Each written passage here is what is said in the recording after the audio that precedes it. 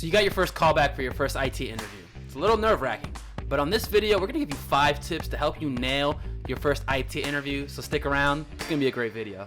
Hey, what's going on, everyone? My name is Edwin Pagan. I'm an IT consultant / IT corporate trainer located in Orlando, Florida. I have over 10 years experience working as an IT administrator, etc. Help desk level 1, 2, 3, 4. Let's just say I'm professionally good at Googling people's problems. But that being said, I've worked a lot of different positions as an IT professional, including hiring and being a part of the hiring process.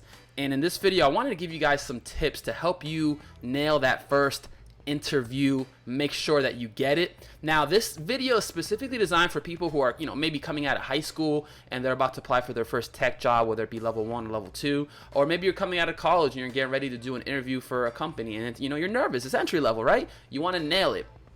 That being said, this video is going to help you with that. And also, it might be a good video just for someone who's going to a job, period. So with that being said, let's go ahead and jump into the first tip, which is know the company and know the role that you're applying for. I can't tell you how many times I've seen candidates who show up for an interview and have zero idea what the company does and what the role that they're applying for is. They use that LinkedIn Easy Apply feature and just showed up. I always say that interviewing for a job is a numbers game, right? What do I mean by that? Over 50, 60 plus candidates have applied for this role. How are you supposed to stand out of all those candidates? Amongst all those candidates, how do you stand out? One of the best ways that I found to stand out that I've personally had success with is knowing the company, right? So I'm a little sociopath. I'll go to the website, I'll look up what the company does to the T. I'll look up what the role that I'm applying for does, and then I'll basically write down points of what impact I can provide for that company, what role I can help, or what role I can play in helping this company achieve whatever goal it is that they have, right? So going into the interview and saying, hey, I see that you guys use Office 365. I have experience with Office 365. I feel that I can add this value to your company. That alone will let them know that, hey, this guy is taking this process seriously. He's just not here for a paycheck. He's here because he takes it seriously, and it's going to help you stand out. So tip number 2, be early. It's the most underrated, overrated, whatever you want to say. The amount of candidates I've known that have shown up late to interviews is insane. I don't understand how you could show up late to an interview. But with that being said, one of the things that I always like to do, especially when I was younger, was I would drive to the interview location the night before, just to get an idea of what the route was like, what things I might run into. I wanted to check, I'll cover all my bases to make sure that, hey, nothing can go wrong. I'm going to get there. And also being there early shows them that you take it seriously, and it helps you stand out. So showing up to that job interview early is another way to help you stand out during the interview process. Tip number 3, all right? Dress to impress. I don't know how, some people, again, don't understand that, you're applying for a job. Now, I get that a lot of times we say, I don't want to work at a job where, you have to dress up and everything. And that's not to say that, you have to work at that job. But when you dress up, when you put that effort into looking good and presenting yourself, you're showing them that, hey, you take this seriously. You're leaving a lasting impression. And again, you're showing them that you take this seriously, and it's helping you stand out amongst other candidates. So I always tell people, you go to Marshalls, there's Ross, there's a bunch of places you can go to buy a cheap outfit. You can wear it once. It will look great once. Might not look good after the 3rd or 4th wash, but it helps you stand out during that interview process. Now, tip number 4, all right?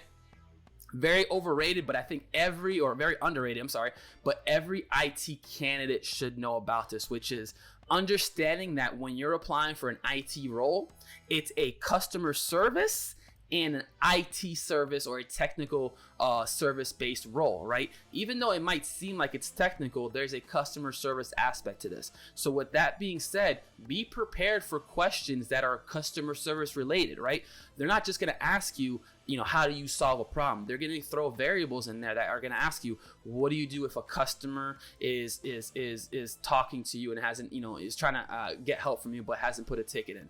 How do you deal with a customer who is upset because their system isn't working? So preparing yourself ahead of time for those questions will help you nail that interview so much better, right? Because again, a lot of times we don't realize that, like, as IT technicians, yes, it's a technical role, but it's customer service facing. So whether it's Geek Squad or working at the Apple Genius Bar, you're going to be dealing with customers, and managers, especially hiring managers, want to make sure that you have a great balance. A lot of times you can get away with having not very good technical skills, but if your customer service skill is very, very good, that increases your chances of obtaining the role. So don't be focused so much on having the best technical skills and not having any customer service skills. Try having a balance, and that's definitely going to help you stand out during the interview process.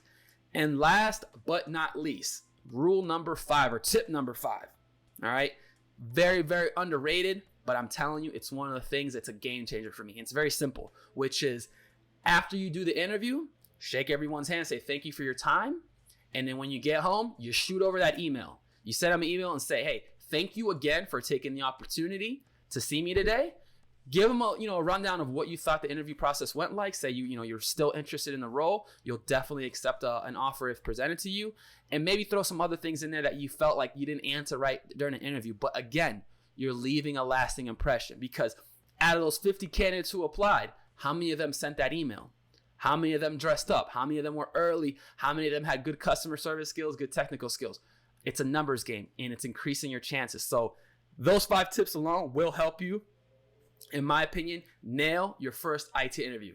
Guys, my name is Edwin Pagan. I hope you've enjoyed this video. If you do like this video, feel free to subscribe, share. If you have any questions for me, leave them below. I'm going to be posting more content very similar to this on my channel to help some of the youngins out there who are, starting their IT career, or, have some questions about IT. So leave some video suggestions below. Hit the subscribe button. Until next time, my name is Edwin Pagan. Y'all have been fun. Take care.